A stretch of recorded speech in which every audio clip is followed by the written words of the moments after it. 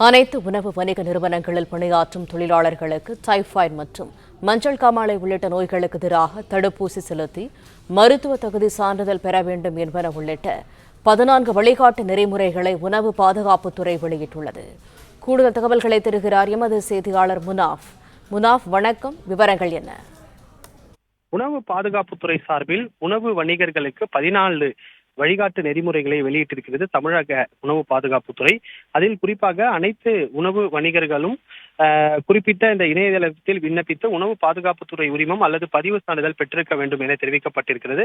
அனைத்து உணவு வணிக நிறுவனங்களில் பணியாற்றும் தொழிலாளர்களுக்கு டைபாய்டு மற்றும் மஞ்சக்காமாலை உள்ளிட்ட நோய்களுக்கு எதிரான தடுப்பூசியை செலுத்தி மருத்துவ தகுதி சான்றிதழை பெற வேண்டும். உணவு வணிக நிறுவனங்களில் பயன்படுத்தப்படும் தண்ணீரை பகுப்பாய்வு செய்து வைத்திருக்க வேண்டும். உணவுப் பொருட்களில் ஈக்கள் மற்றும் பூச்சிகள் மெய்யாத வண்ணம் கண்ணாடி பெட்டியில் மூடி வைத்து காட்சிப்படுத்த வேண்டும். உணவு எண்ணெயை ஒரு முறை சமைக்க பயன்படுத்த வேண்டும். அதே போல நியூஸ் பேப்பர் போன்ற அச்சிட்ட காகிதங்களில் உணவுப் பொருட்களில் நேரடியாக்கப்படும் வகையில் பரிமாறவோ பொட்டலம் கட்டவோ கூடாது என தெரிவிக்கப்பட்டிருக்கிறது.